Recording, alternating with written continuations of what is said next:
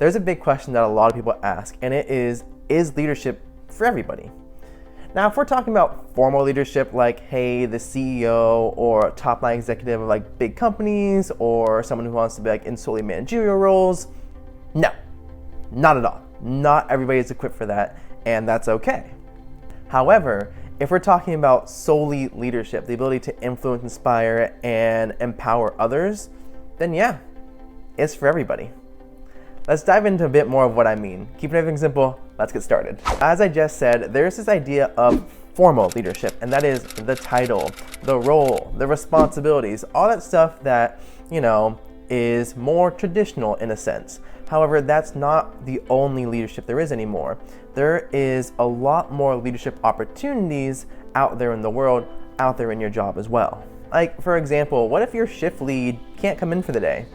Or something happens? Well, leadership falls to someone else, or it falls to multiple people, and it becomes this kind of network of people who may not be in that role or have that title, but they have the ability to lead others, and they do so. Hey guys, I won't be able to come into work today. I lost my glasses. Okay, we'll see you next time. Yep, just go on without me. Leadership really does not require a title.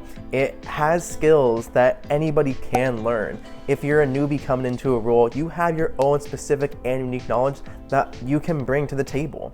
So everyone can be a leader. The next point is that we don't have to be a leader in every situation. That would be horrible.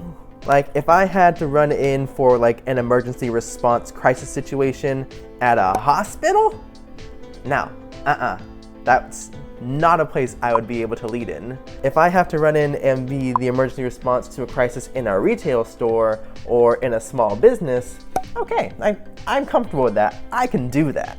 We all have situations in which we feel comfortable leading, and we know that our unique skills, our unique knowledge allows us and empowers us to be leaders. It doesn't have to be in every situation that you are able to lead. That's not how it works. Like, distinctly, if it's a conversation about anime and Greek mythology, oh, I'm all there.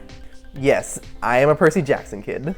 Next, everyone has to understand that leadership is a continual journey. It is a never-ending process of self-discovery, self-development, and improvement. Like, just getting to that next level where you have that title and you have that role isn't anymore the definition of making it. Steve, you're like a son to me. You finally made it to your first management role, and I am so proud of you. That's awesome. What do I win? A work-life imbalance, a lot of extra responsibilities, and maybe a 401k if we're feeling charitable. Wait, what? And as I said earlier, leadership has skills that anyone can learn. Leadership is a continual journey, and it's a continual process.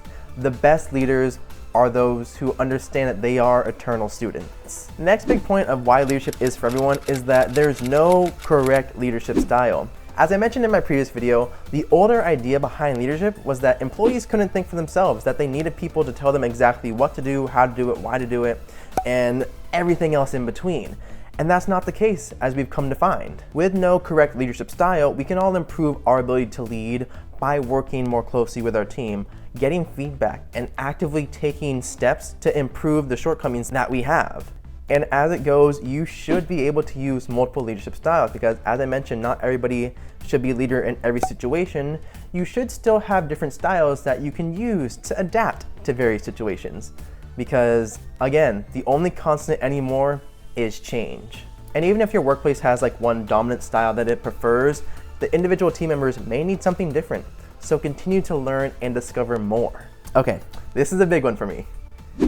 Just because someone's an extrovert or a go-getter does not mean they are more capable or more suited to being a leader than, say, an introvert or a planner. The reason this is so big is because everybody has the capacity to be a leader. And sometimes it just comes down to the right situation. But then also, like I said, opportunities for leadership go beyond just the formal role and the formal titles. And just because an extrovert or a go-getter might be louder or more ready to jump into it, it doesn't actually mean that they're the best equipped or that they are the best suited for that role. It may be someone else. It may be the quieter individual who has more knowledge, has more capability, but just simply doesn't speak of it. So Play to your strengths. Use them to your advantage when you are looking at what opportunities are presented for you to lead.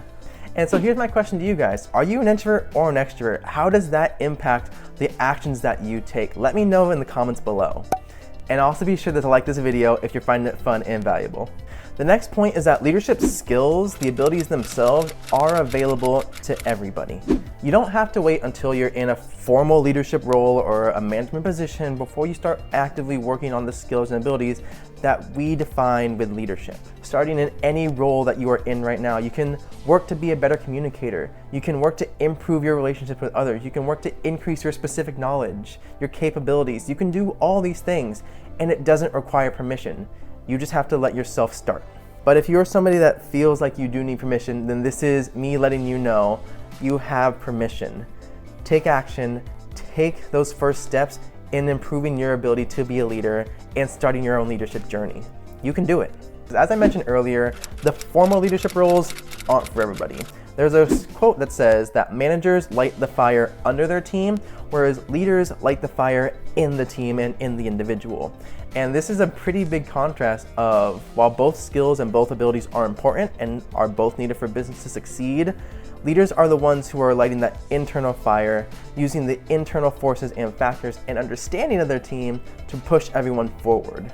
So again, work to understand your specific knowledge, improve your skills, and I know you'll be a fantastic leader. Leadership and the idea of leadership as a whole is pretty stressful, so feel free to check out one of my previous videos where I talk about how you can use your stress to your own benefit. So remember to like this video if you found it fun and valuable, and that way the almighty YouTube algorithm can recommend it to others like you. Subscribe to this channel if you haven't already. Follow me on Instagram at KES Studios, and I hope you have a wonderful day, keeping everything simple. I'll see you on another video.